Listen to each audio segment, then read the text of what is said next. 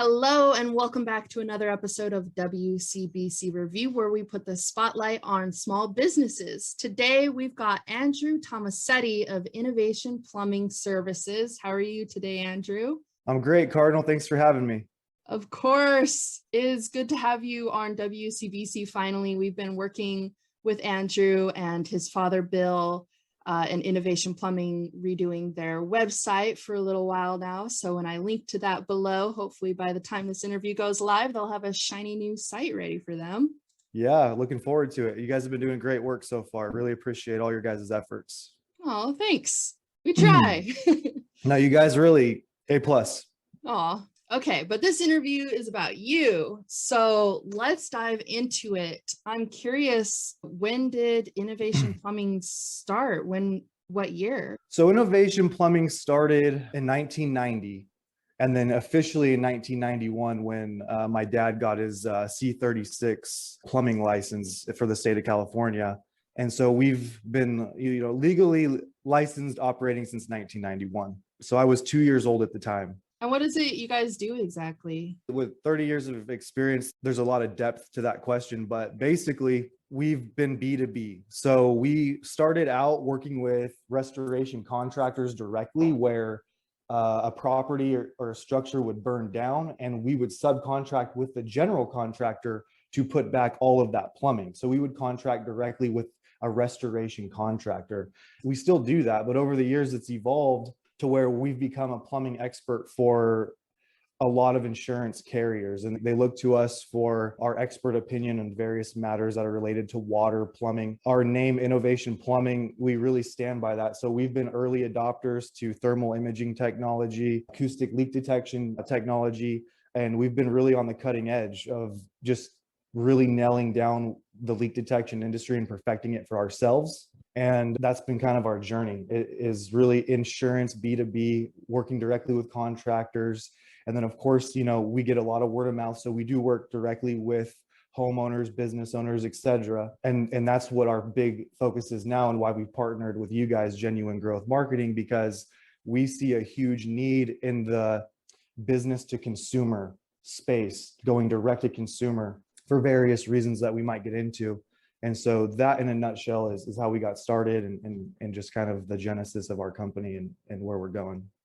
Wow, there's a lot going on there. So what made you want to start this business? Well, obviously you didn't start it because you were 2 years old. I mean, I know that entrepreneurship supposedly starts early. Signs are showing when you're a kid, but that's pretty early. Yeah.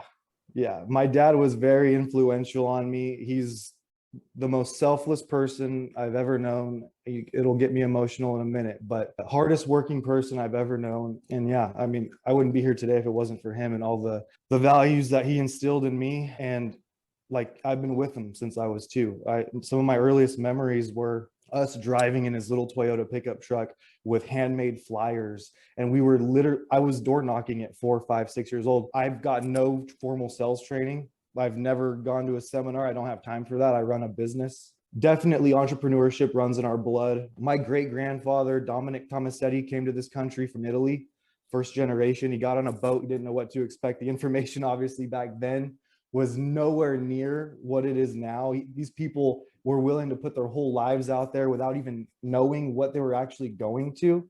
Mm-hmm. And that's so inspiring to me. He ended up on the East Coast, went to Ellis Island, and ended up opening up an Italian food restaurant in Queens, New York on Broadway. Currently today, it's a Subway sandwich. He passed away at 42 in his restaurant of a heart attack. My grandfather, his son at the time, moved with his mother to the West Coast. That's how our family got to the West Coast, because she had some family here. She's also first generation Italian from Bari. She was a seamstress. She had her own business. She raised up my grandfather and his brothers. And my grandfather ended up owning a bar and a pizza restaurant in the Bay Area, in the East Bay here in California. And then my father got to see his dad be an entrepreneur and go after his passion. And then I was able to watch my dad start from scratch. And literally, like I said, my first memories in life are just hustling with dad. And it's awesome. It's completely revolutionized everything, Wow, that's great. So, do you remember some of the struggles that your father went through when opening up Innovation Plumbing? Absolutely. Yeah. Thanks for that question. I watched my father, first 2 years in business, we made $0. He Mm, had me, he had, my mom, his wife to support, and he had a mortgage. He made a huge sacrifice. That's a big reason why I'm here today, keeping this going, because I saw the sacrifice that he made to get it to where it is today. And it into the selflessness and just his overwhelming desire to just create something and to put out the best product possible. And one of the valuable lessons that he taught me along the way is you never burn a bridge with anybody. And I've watched that so many times come back around full circle, where there was an opportunity where we could have just said, we're done. We can't handle that. And we can't deal with you anymore. But people change, situations change. And so that's one of the many lessons, but he's taught me to never burn a bridge. And that has helped us out immensely over time. With the growth of our business, with people leaving different job positions, and as we expanded more into the insurance industry, for every action, there's a reaction. I know that that's a very common quote, but it's so true. And over time, you see that play out. And so we need to be very cognizant of our actions. And if we have a long-term goal for our business, what that can mean long-term with our connections, et cetera. So yeah, lots of experience in all these different fields. hmm. Well, we'll definitely talk about your long-term goals a little later in the episode, but I still want to hang around the beginning right now. And I'm wondering if you or Bill could start over from day one, is there anything you would have done differently? I think in some instances, hindsight's always going to be 2020, where Yeah. you make a mistake and then you go, oh my goodness, that was wrong. That was bad. I shouldn't have done that. It was a mistake. And I recommend everyone who's interested in entrepreneurship or running a business. I have my notebook right here next to me. You can't see it. Every time I make a decision, how did it work out? Those are called principles. And over a period of time, you will build up principles for how you react in certain situations, because you'll see a lot of repetitiveness in business and circumstances in people. A lot of, you talk to salespeople and they talk about it's always the same, it's always the same rebuttal, or you do get a lot of repetitiveness in life just in general. And writing down how you handled it, what you would have done differently at the time, is very important. But overall, to answer the question, no, Hmm. we wouldn't have done anything differently. And I truly believe that all of our experiences, all of the figuring out, all of the things that we've gone through, good and bad, have brought us to where we are today. And we wouldn't be the people we are today with the goal and the mission that we have today if it wasn't for those decisions going back. So no, I don't believe we would do anything. Interesting. Okay, so hopefully it'll lead into this question of, well, if you wouldn't have done anything differently, how did all of that set you up for weathering COVID and doing business in 2020 and 2021? Yeah, great question. I get that question a lot. Industry by industry has been disproportionate with the success and failure rate of that was brought on by COVID. I mean, I don't have to get into all that. People are very familiar with the winners and losers, obviously, of their various spaces and how that impacted them in this time. I would say that because we are kind of forward thinking, we've really leveraged technology. So just the supercomputers we carry in our pockets provide so much that, we came into a situation where, hey, I might not be able to meet you in person, but there's a lot of things I can show you, via Zoom, via FaceTime on Apple products and things like that, or I can just take a video clip and send it straight over to you. So we've really leveraged that. And one of, I would say, the tailwinds that we had for 2020 in our business was a lot of our insurance carriers weren't able to actually do field inspections anymore. Their corporate policy changed to where they couldn't go out and do field inspections. They couldn't do the things that they normally do. And so because I have a lot of a long-standing trust and relationship with a lot of these people, I was able to say, look, and I put this in a LinkedIn video as well, I'll be your eyes and ears. Like, I'll go out, like, it's going to be just like you're there. Whatever you need from me, I will do it. And that's kind of been my mantra through 2020, 2021. And so I would say that we we're quick on our feet, and we definitely navigated it. And we had a record year. Actually, 2020 was a record profit year for us. Nice. All thanks to your innovation. Yep. So if a customer had to choose between you and 3 other plumbers or leak detectors, why would they choose Innovation Plumbing Services? Wow, yeah. So number one, I think it's just the depth of knowledge and storied history that we have. So we have the confidence of leaders in the industry. I mean, that's number one. It's to the point now where it's like all of these blue chip companies trust you. We're going to give you a shot at least. And it's not for no reason. It's because of a long history of just really being customer centric and really just putting them first. And so that's number one. We're not a startup. We've been around. We've been out here a while. So that's number one. And that just gets you in the door, obviously, based on reputation. But once you've given me that opportunity to meet with you and you've given me the opportunity to talk to you, what you'll find out very quickly is we're not like other plumbing companies in the sense of, I'm going to finish this job, I'm going to complete it, and then I will send you an invoice later. And you're scared because you have no idea what that invoice is going to look like. Before we ever ask you for any money, you will know, guaranteed, flat rate priced, what this project will cost you. If it goes bad for us, we will lose money. If it goes good for us, we will make more profit. But that's our business model. We want you to be comfortable right away. We don't want any guesswork we don't want any guessing around out of like, what's this going to cost me? And I see that as a massive fear in our consumer, where they want to call a plumber, they want to call somebody, but maybe they've had a bad experience. There's a lot of that. And then, or maybe they don't think that they're going to be dealt with fairly, or they're afraid that the price is going to exceed their budget and they don't even want to inquire. So that's one thing that really sets us apart. We will give you a price up front, and it won't change. If the situation changes, we're not coming back for more. And so we lock in and we guarantee our price.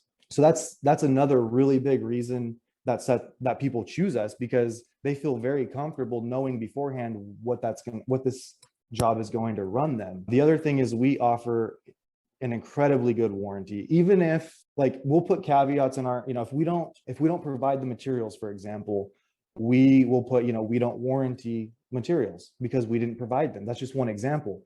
But we're so hyper focused on the customer that we breach that contract all the time, just helping people out with different situations. And that's just one example. But we will help you out and be there for you on the back end like no other company that I've ever seen in the plumbing space. We treat our customers like they're members of our family. And that's just, I want to treat every person I come in contact with like they're my brother, sister, mother, grandmother, and put that level of care on every person that we come in contact with and just add value to them as much as we can. It's not about us. It's about, yes, you need my service, and yes, we have to make money to operate the business, but we want to add as much value to you in that process as possible. And so there's a massive lacking of that in this industry. That is a massive motivator for us going forward, going more B2B to direct to consumer, because there's a huge need in this field for that type of transparency in customer care. And every business, in my opinion, every business that is not adding value to their customers should be disrupted. And not only they're not adding value, they are taking away value. They are actually predatory to their end user, to their customers. And this is a business that needs to be disrupted. I looked back, I think back into the 90s when we were getting started, and me and my dad used to look at the yellow pages, and these guys would take out full page ads, and it was massive amount of money. We didn't have that type of money. And I remember thinking even back then, like, someday I'm going to compete in that space, because the industry, the customer, the people need us. They need the honest, they need the good. And there's a lot of legacy franchise companies that have big advertising budgets that get the call volume, that get the work volume. And it's not because they're earning it. It's not because they're a good company who treats their customers right. It's because they have a massive advertising budget. And so as we've become more and more successful and gain more and more resources through our efforts, I believe it's our duty and our responsibility to get out there who we are, what we do, and let us help you. Because I am personally tired of going behind a lot of these businesses who aren't adding any value to their customers, and they're actually hurting their customers. And so because of all of that, I'm willing to make the investments that we're making now. And the marketing industry, I see that so much with what we do with digital marketing, is that there are experts out there who, much like a car mechanic, knows that you have no idea what's going on underneath your hood. So many marketers know that business owners have no idea how digital marketing works or stuff like that. And they That's just me. and they just totally take advantage of people and actually end up subtracting value. And I told you, I've been looking for a marketing company for 2 years. Crazy. 2 years. Yeah. Because of all the things that you just stated. And so I feel like our missions have definitely meshed very well. And that's why our relationship has been doing so well as well, because we agree on all of these issues. Yep. We're definitely aligned on that disproportionate situation that takes place in the marketplace. Yeah. It's a little different for marketers though, because we all know how to market ourselves. It just comes back to bigger budgets in the end. So I'm kind of curious what your biggest business dreams are. Where do you want this innovation plumbing to go 10 years in the future? Oh, wow. We've gotten to the point in our business where we are established and we are not innovating out of necessity. Let's put it that way. You asked me one day, what does innovation mean to you?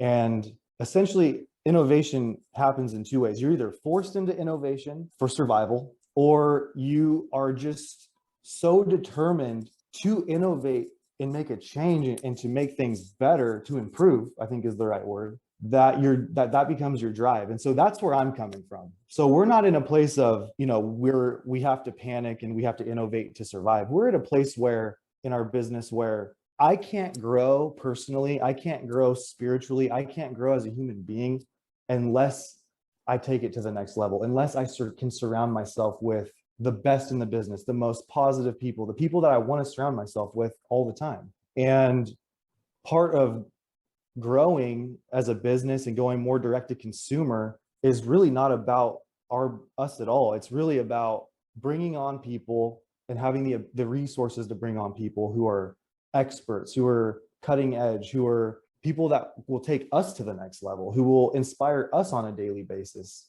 And that will all translate into sales, which will end up being a wonderful consumer experience. And so I believe that if you keep those core principles in mind, that the opportunities are limitless, and what form that takes, I don't know. If you would have asked me 10 years ago, would you be going direct to consumer? I probably would have been like, no, and for a lot of reasons. But you ask me today, and I'm 100% focused on not only keeping our B2B clients insanely satisfied with our service, but expanding that service to do even more, add more value to the people that have been loyal to us over the years, to those businesses that have been loyal to us, while also taking that revenue stream and putting it over into a completely different strategy, focused on a completely different client who might not even know they need us yet. Who might not even know that in the wake of a massive property loss, where there's a flood or there's a fire or what have you, that there are decisions to be made. And typically historically, the company who gets that business is the one who probably isn't customer centric, who isn't people centric, their motives are not aligned with the consumer. And that, I think that summarizes really the difference between us and them. Our motives are completely aligned with them. And so when you ask me, what is my big dream and my goal, it's to get in front of more people to know who we are, because we've kind of been in the shadows. Because B2B, they don't care what your website looks like. They care about results. And so we execute on the results, and we don't brag about it. We don't put it on, because our space, our clientele, they don't care. They just want us to get the work done. They want us to do a good job. They want us to be very professional.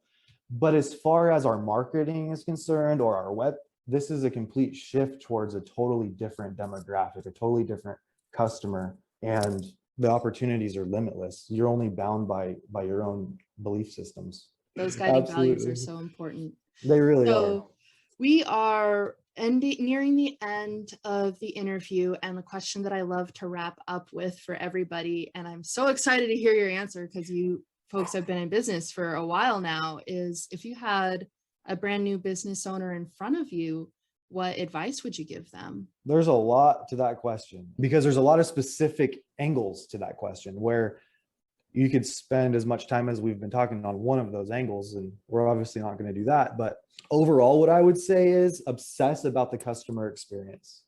Obsess about the customer's experience, because without your customers, you don't have a business. So you're back to doing something that you don't want to do anymore. So it's not about you. I think a lot of, and I went through this too at one point in my life, it's me centric. It's what can you do for me? It's, you know, I want to be able to brag about my new purchase or whatever and how great I'm doing in business. It's not about you. The quicker you get that really nailed down, and having kids and being in business with my dad all this time, like it's really taught me, like the quicker you can die to yourself, the quicker you are the last person on the list of cares, the faster you will see the results that you were always hoping for. And that's been my personal experience, going from me centric, very self-centered. I think we all start there. Kids are very self-centered individuals. So we have to grow, we have to learn.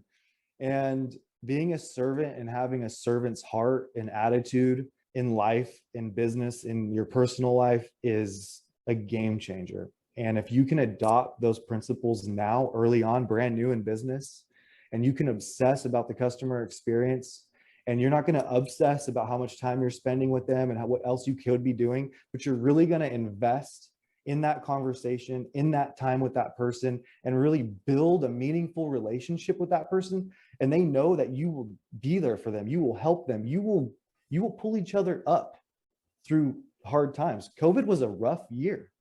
And I don't know what we would have done without our friends, neighbors, colleagues, a church family. I mean, you name it. It was just, you have to surround yourself with those kind of people, and people want to associate with people like that. And so it's not even really a business answer, is it? It's more of just a philosophy. Even if you're working for somebody, I would highly advise that. Do that with your boss. Let your boss know that you're on the same team as him, and be there, or them. And it's an overarching answer to a very big question. And I always come back to that. Obsess about the customer and put them first, and put your needs last. That is some great advice. Thank you so much, Andrew. Where can people find Innovation Plumbing for anyone watching this video? Where can they go check you out at? Okay, so we have innovationplumbing.com, and also we have a Facebook account. It's Innovation Plumbing on Facebook. And then you can find me at Andrew Tomasetti, Tomasetti on LinkedIn, Innovation Plumbing Managing Member. And for anyone listening, I'll put all the links to all of that down below, so you can go check them out. If you're in California, they're based in California, yes, Modesto area. Central California, and we cover about a 70-mile radius around our shop. Yeah. All right. Well, thank you. Thank you again for coming on WCBC Review, and I hope all your business dreams come true. Thanks so much. I really appreciate it, Cardinal. Have a wonderful day, and keep doing all the great work that you are engaging in as well. Thanks. Bye. Bye.